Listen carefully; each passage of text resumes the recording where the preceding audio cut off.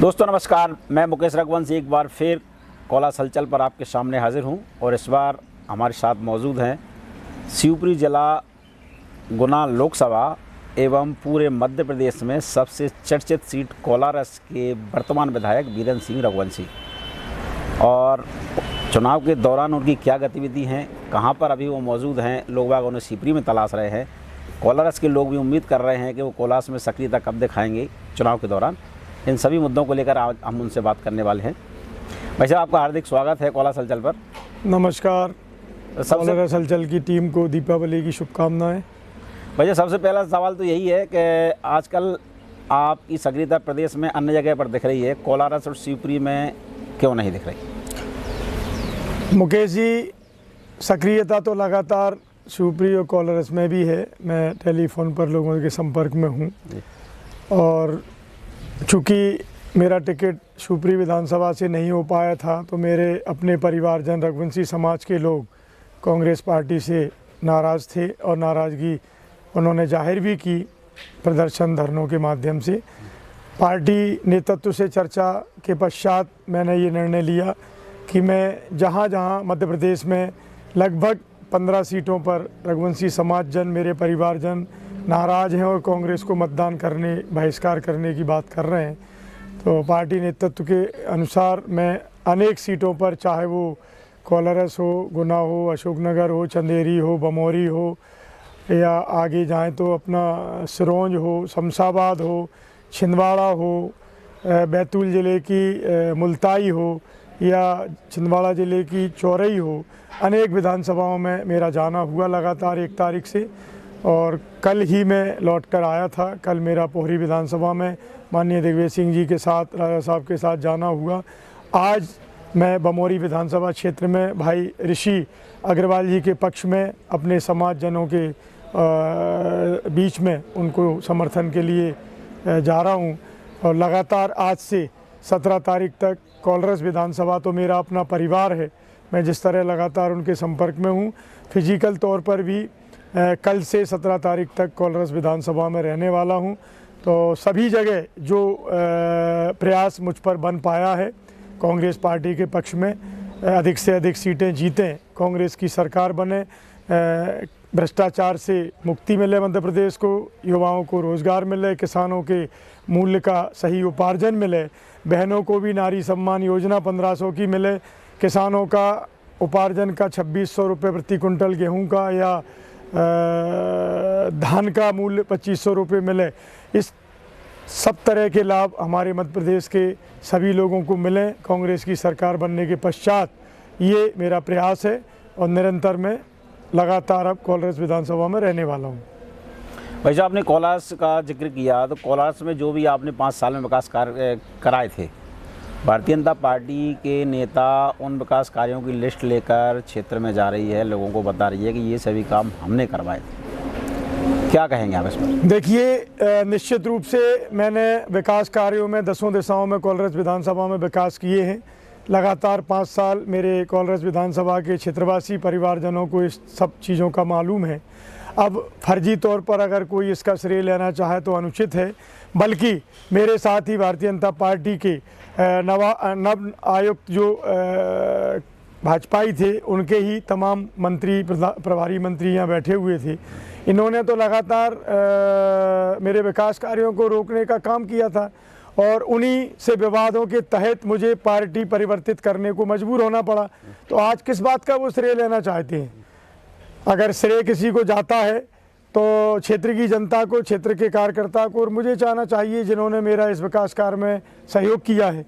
और उनका तो ये कहना है कि चेहरा कोई रहा हो, मगर पार्टी तो हमारी थी, भारतीय जनता पार्टी के वो प्रतिनिधि थे और हमारी सरकार ने ये काम करवाए। सरकारें तो अनेक जगह सभी की रहती हैं और अनेक जनप्रतिनिधि रहते हैं, लेकिन बिना जनप्रतिनिधि की मेहनत के, उसकी सूझबूझ के, उसके अनुभव के बिना, उसके संकल्प के बिना एक हैंडपंप भी नहीं लगता। ये राजनीति में जो लोग चुनाव लड़ते हैं वो जानते हैं।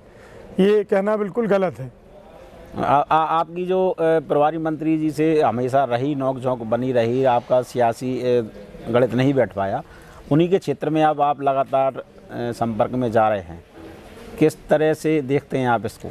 मैं निश्चित रूप से बमोरी विधानसभा में आज 14 गांव में अपने परिवारजनों के बीच जाने वाला हूं और वहां इनकी 3.5 साल और 1.25 साल कांग्रेस की सरकार में भी ये मंत्री रहे, जिस तरह से इन्होंने भ्रष्टाचार किया, पक्षपात किया, मूल भाजपा के कार्यकर्ताओं को उस समय दबाने का काम किया, हम जैसे कार्यकर्ताओं को काम करने में, विकास करने में रोड़े पैदा किए, उनकी एक एक सोच, एक एक समझ को, एक एक करतूत को आज से लेकर मैं लगातार 17 तारीख तक बमोरी विधानसभा में भी लोगों के बीच रखने वाला हूं और निवेदन करने वाला हूं कि बमोरी विधानसभा में युवा इंजीनियर पढ़ा लिखा भाई ऋषि अग्रवाल जी को भारी बहुमत से हाथ के पंजे पर बटन दबा करके विजयी बनाएं।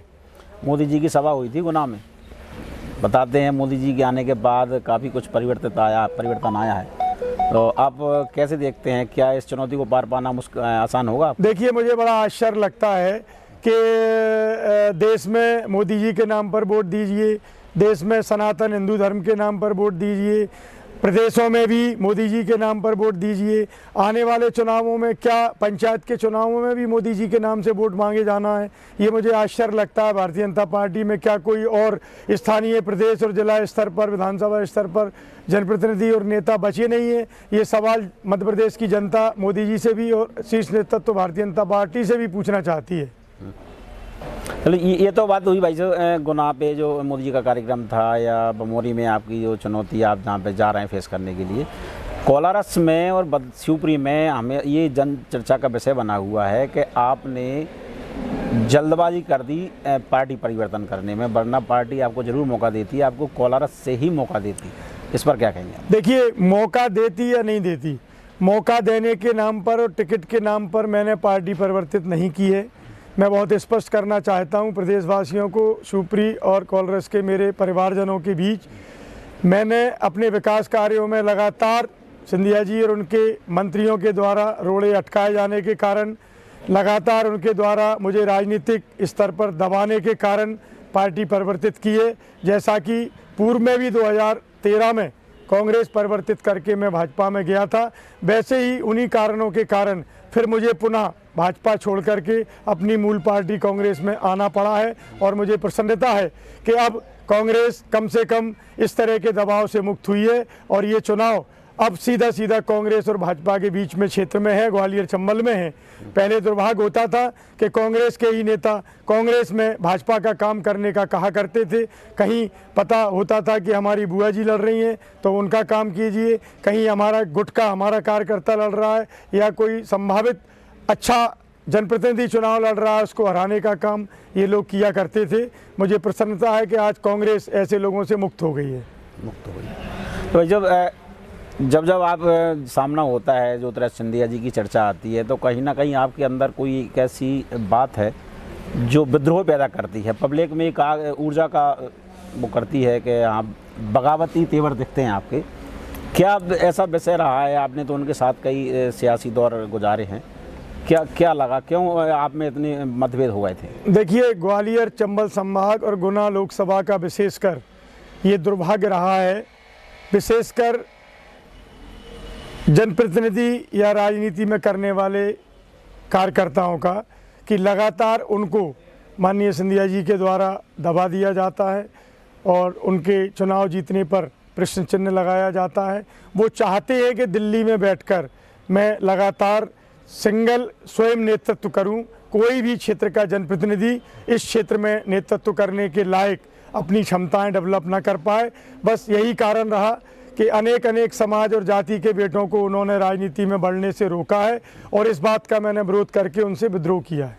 विद्रोह।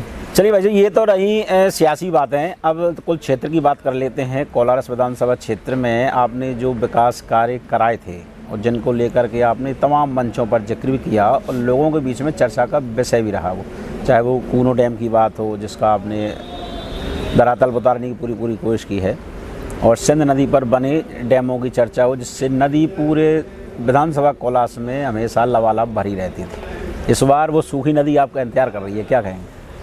सूखी रही है। मैं कोलारस विधानसभा क्षेत्र के मेरे परिवारजन और मतदाता भाई बहनों से अनुरोध करना चाहता हूं कि विकास की ये रफ्तार कम ना हो पाए। विकास की रफ्तार तेज़ रखने के लिए कांग्रेस प्रत्याशी आदरणीय बैजनाथ सिंह जी यादव को अपना हाथ के पंजे का बटन दबाकर आशीर्वाद दें, ताकि उनके साथ मिलकर मैं ये जो विकास आपने गिनाए हैं इनको धरातल पर उतार पाऊँ। सारी विकास की योजनाएं कोलारस विधानसभा के परिवारजनों के उपयोग में आ पाएँ। आप सब जानते हैं कि अगर ज़मीनी स्तर पर भी मॉनिटरिंग योजनाओं की नहीं की गई तो शिवपुरी जैसी मणिखेड़ा और पेयजल योजना, सीवर लाइन प्रोजेक्ट जैसी हालात हर योजना के हो जाते हैं। तो सभी स्वीकृत कराई गई मेरे प्रयासों से जिन योजनाओं को ज़मीनी स्तर पर उतारने के लिए आज आप सबको मालूम है कि प्रदेश में कांग्रेस की सरकार बनने जा रही है। ऐसे समय में आदरणीय श्री बैजनाथ सिंह जी यादव को आप अगर यहाँ से विधायक चुनते हैं तो मैं उनके साथ मिलकर इन योजनाओं को आपके घर घर और दरवाजे तक पहुँचाने में सक्षम रहूँगा। क्षेत्र में अमन चैन के लिए भी, अन्याय का विरोध करने के लिए भी मैंने काफ़ी प्रयास किए थे।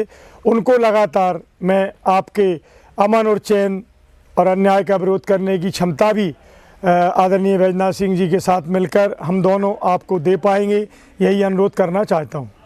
अंत में भाई साहब मेरा सवाल और एक और है, कोलारस विधानसभा क्षेत्र में आपकी सक्रियता फिजिकली तौर पर कब से देखने को मिलेगी, क्योंकि अब अंतिम दौर चल रहा है चुनाव का? मैं आज से लेकर 17 तारीख तक मतदान होने तक लगातार कोलारस विधानसभा में भी हूँ। अपने परिवारजनों से, कार्यकर्ता साथियों से, क्षेत्रवासियों से, किसानों से, सभी से अनुरोध करूँगा कि वो हाथ के पंजे का बटन दबाकर विकास और अमन चैन की राह को चुने, यही मेरा अनुरोध है। वर्तमान विधायक कोलारस वीरेंद्र सिंह रघुवंशी जी, जिन्होंने अभी चल रहे सियासी गणित के बारे में, चुनावी रणनीति के बारे में और मध्य प्रदेश में जिस तरह के बदलाव की हवा चल रही है उसके बारे में आप सभी को बताया। देखते हैं आने वाले समय में 17 तारीख को जनता किसको अपना आशीर्वाद देकर भोपाल भेजती है। फिलहाल अब हमारा कार्यक्रम यहीं समाप्त करते हैं। मुझे मेरे साथी हेमंत के साथ आगे दीजिए। नमस्कार।